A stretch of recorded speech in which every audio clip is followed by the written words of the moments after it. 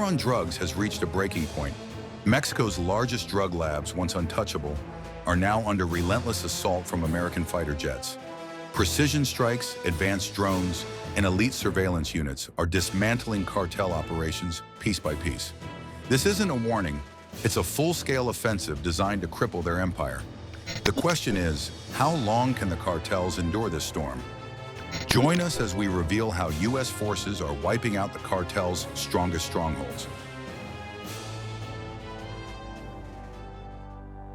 The Central Intelligence Agency is now flying unarmed MQ-9 Reaper drones inside Mexican airspace, tracking the movements of drug cartels and searching for fentanyl production sites. This activity is part of a covert surveillance program that began during the Biden administration and has since expanded. The Reaper, while currently unarmed, is designed to carry precision-guided weapons and advanced sensors, giving it the ability to conduct both long-endurance surveillance and, if authorized, direct strikes. CNN first revealed the existence of the flights, though many details remain classified. The total number of drones in use, and whether they differ in configuration from those flown by the U.S. Air Force or Customs and Border Protection, has not been made public. What is known is that MQ-9s can remain airborne for more than 24 hours, depending on their loadout, and can be equipped with cameras, radar, electronic sensors, and weapons. The program is also closely tied to U.S. Special Operations Forces, including Joint Special Operations Command and Air Force Special Operations Command, highlighting the deep integration of intelligence and military capabilities. The Trump administration notified Congress of the flights under a special reporting system for covert programs, signaling that the missions represent a significant escalation. These notifications, according to sources, did not refer to cooperation with the Mexican government. Still, U.S. officials acknowledge that the CIA has previously conducted smaller drone operations inside Mexico, sometimes in partnership with Mexican authorities. Customs and Border Protection has also used unarmed Reapers, which it calls Predator B aircraft, in Mexican airspace. A 2017 Government Accountability Office report noted that between 2013 and 2016, CBP drones flew more than 1,600 hours inside Mexico in coordination with local authorities. These operations were carried out through the Information Analysis Center at the U.S. Embassy in Mexico City. Today, CIA officers in Mexico now relay drone-collected intelligence directly to Mexican counterparts. These flights have proven effective in identifying fentanyl production sites, since the labs emit chemical signatures that can be detected from the air. Using advanced multispectral imaging, the drones can capture chemical plumes invisible to the naked eye, providing a reliable method of pinpointing hidden facilities. Depending on their sensor loadout, platforms like the MQ-9 can do more than chemical detection. They can employ high-resolution cameras and radar to track movement on the ground, as well as intercept communications between cartel operatives. Signals can be geolocated from radios or mobile phones, allowing operators to build patterns of life on specific targets. This information supports deeper intelligence gathering and enables planning for raids or precision strikes. The U.S. has refined these methods over 2 decades of counterterrorism operations, and the same skill set is now being applied to counter-cartel missions in the Western Hemisphere. One example of these advanced tools is the ANZPY-5 Vader radar, developed by Northrop Grumman. Vader provides synthetic aperture imaging and ground-moving target indication, producing clear, map-like pictures even in poor visibility conditions such as clouds, smoke, or darkness. It can detect and track moving objects in real time, making it well-suited for monitoring cartel convoys and hidden supply routes. Meanwhile, the U.S. military has also increased its aerial surveillance in the region. This includes intelligence flights inside U.S. airspace, along the southern border, and in international airspace near Mexico. Senior Air Force leaders have confirmed that these missions are focused on cartels driving fentanyl production and cross-border trafficking. Assets observed in these operations include the Navy's P-8A Poseidon, the Air Force's RC-135VW Rivet Joint, and even the high-altitude U-2 Dragon Lady. According to General Gregory Guillot, these platforms not only gather data, but also support intelligence sharing with federal agencies and with Mexico itself. The information is used to disrupt trafficking networks and to target the infrastructure that enables the fentanyl trade. TWZ has noted that the use of high-end aerial ISAR platforms, such as the RC-135 rivet joint, already marked a significant escalation in operations near Mexico. The introduction of covert CIA drone flights inside Mexican airspace, notably if conducted without coordination with Mexican authorities, represents another critical step upward in intensity. In response, Mexican President Claudia Sheinbaum described the development as part of this little campaign, though she offered no further explanation. Earlier this month, she ordered the deployment of 10,000 additional military personnel to Mexico's northern border in support of counter-drug operations. Defense Minister Ricardo Trevilla voiced broader concerns, saying that we cannot rule out espionage because we do not know exactly what was done, referring to the rise in U.S. aerial surveillance along and near Mexico's borders. According to reports, CIA-operated drones currently remain unarmed, with no immediate plans to employ them for strikes. Still, the flights raise questions about whether they may serve as a precursor to more direct U.S. action against the cartels. The Trump administration has also pursued steps to formally classify certain Mexican cartels as foreign terrorist organizations, a move that would legally expand the range of U.S. military and intelligence options against them. Any direct strikes on Mexican territory, absent deeper cooperation with the Mexican government, would mark a major escalation with serious consequences on both sides of the border. Conducting airstrikes in a neighboring country not formally at war with the United States would represent a significant departure from established norms. Yet covert intelligence collection can serve as an initial stage in shaping options for potential action. Analysts point to airstrikes using drones or standoff weapons as the most likely initial option if the United States escalates. Mexican cartels, however, present formidable challenges. Many groups possess modern weapons, employ drones for attacks, and operate armored vehicles often referred to as narco-tanks. In addition, they maintain fortified positions and deep local support networks, making them difficult to penetrate. The find and fix approach, honed in counter-terrorism campaigns in Iraq and Afghanistan, enabled by drone surveillance, could be adapted to target cartel leadership. Yet any operation without Mexican approval would lack legal cover and raise the risk of U.S. personnel being left vulnerable if captured. While air power reduces the danger to American forces, it also limits intelligence opportunities. Ground operations, though riskier, allow immediate exploitation of captured information, a method heavily relied upon in past counterinsurgency efforts. At present, U.S. ground activity in Mexico is minimal and focused on training and advisory roles. Members of the U.S. Army's 7th Special Forces Group recently arrived to assist Mexico's Marine Corps, one of the country's most committed forces in the fight against organized crime. Despite the uncertainties, the CIA already appears to be assuming a central role in this evolving campaign. Its covert drone flights mark a shift in how the United States confronts cartel operations and may set the stage for broader involvement in the future.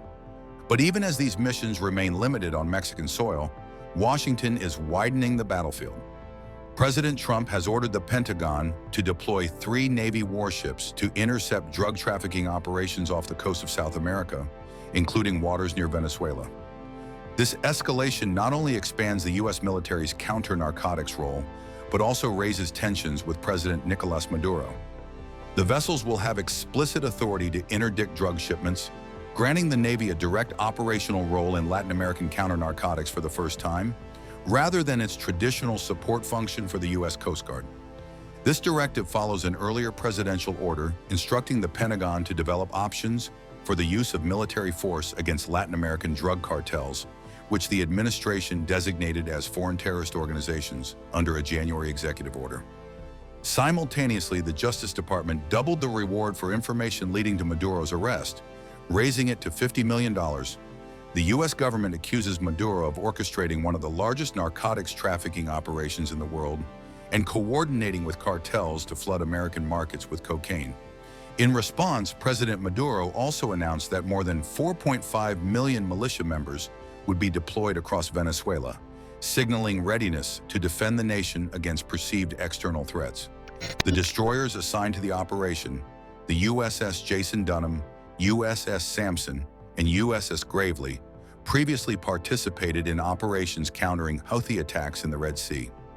These vessels will commence operations once Defense Secretary Pete Hegseth signs the formal order, and retired Admiral James Stavridis, former commander of U.S. Southern Command and U.S. European Command, told reporters that the Arleigh Burke-class destroyers will be the end of the cartels in that region. These destroyers are some of the most powerful warships the United States has ever built. Only the Spruance, Kidd, and Zumwalt classes are longer, but in terms of balance, strength, and endurance, few ships come close. Their wide, flaring bow is not just for looks. It lets them cut through rough seas at high speed, even when the ocean is at its worst. Their design also brings a stealth edge. Instead of straight, vertical sides, the surfaces are angled and the mainmast is raked like a tripod. These features make them far harder to detect on radar, giving them an almost ghost-like presence at sea. Arleigh Burke destroyers are also fitted with some of the most advanced electronic warfare tools in the world. Each ship carries the ANSLQ-32 Electronic Warfare Suite, a system designed to detect, track, and counter enemy radar. Depending on the variant, such as the SLQ-32V3, V6, or V7, the system can also jam radar signals, blinding hostile sensors before an attack even begins. To protect against incoming missiles, the destroyers deploy a layered defense. Mark 36 decoy launchers, fire flares, and chaff to confuse heat-seeking and radar-guided weapons. Nulka active decoys provide an even smarter shield, drawing enemy missiles away from the ship itself. For torpedoes, the Arleigh Burke carries the ANSLQ-25 Nixie towed system, which emits signals that trick undersea weapons into following the decoy instead of the destroyer. Prairie masker systems further cut down the ship's acoustic signature, making it harder for submarines to detect them. Protection does not stop with weapons. These destroyers are the first U.S. warships built with full defenses against nuclear, biological, and chemical threats. Their collective protection system filters incoming air, while double airlocked hatches and pressurized compartments prevent contamination from spreading inside. An external washdown system can rinse the entire ship, and the electronics are hardened to survive electromagnetic pulses. Even firefighting is built in, with water sprinklers covering living areas and the Combat Information Center. When it comes to firepower, the Arleigh Burke class is a true multi-mission platform. These destroyers can strike aircraft, ships, submarines, and even land targets. Their missile arsenal is housed in the Mark 41 vertical launching system, 90 launch cells on the early ships, and 96 cells on the newer variants. That makes them more heavily armed than many cruisers that came before. At the heart of their combat power is the Aegis combat system, which fuses sensor data into a single, real-time picture of the battle space. Unlike traditional rotating radars, Aegis uses the ANSPY-1D phased array radar, or the ANSPY-6 on the latest Flight 3 ships. These radars scan continuously, track multiple threats at once, and guide weapons with unmatched precision. The system centralizes control, resists jamming, and ensures that every weapon on board can be used to its full effect. Their primary shield against enemy aircraft and missiles comes from the Standard missile family. The SM-2 medium and extended range versions provide wide area air defense, while the newer SM-6 adds over-the-horizon reach and can even engage ships. The destroyers can guide multiple missiles at the same time, using their 3 ANSPG-62 fire control radars for terminal guidance. Advanced models like the SM-6 and SM-2 Block 3 C feature active radar seekers, which means they no longer depend on ship-based illumination, allowing the destroyer to engage more targets simultaneously with devastating efficiency. USS Jason Dunham, USS Sampson, and USS Gravely can carry the RIM-162 Evolved Sea Sparrow missile, or ESSM, designed for medium-range air defense, but also capable of targeting enemy ships. ESSMs are compact enough to be quad-packed, with 4 missiles fitting into a single launch cell. The Block 1 version uses semi-active radar homing, while the newer Block 2, introduced in 2022, has a dual-mode seeker with active radar homing, making it faster and more precise. Beyond air defense, the Arleigh Burke destroyers play a critical role in ballistic missile defense. They launch SM-3 missiles to intercept warheads outside the atmosphere, while SM-2ER Block 4 and SM-6 interceptors defend against ballistic threats in the terminal phase. For land attack, the Arleigh Burkes wielded the Tomahawk cruise missile, along the U.S. Navy's precision strike weapon of choice. The Block 5 Tomahawk is now replacing earlier versions, with 2 upgraded models extending the ship's versatility. The Block VA, known as Maritime Strike, gives the destroyer an anti-ship capability at extreme ranges.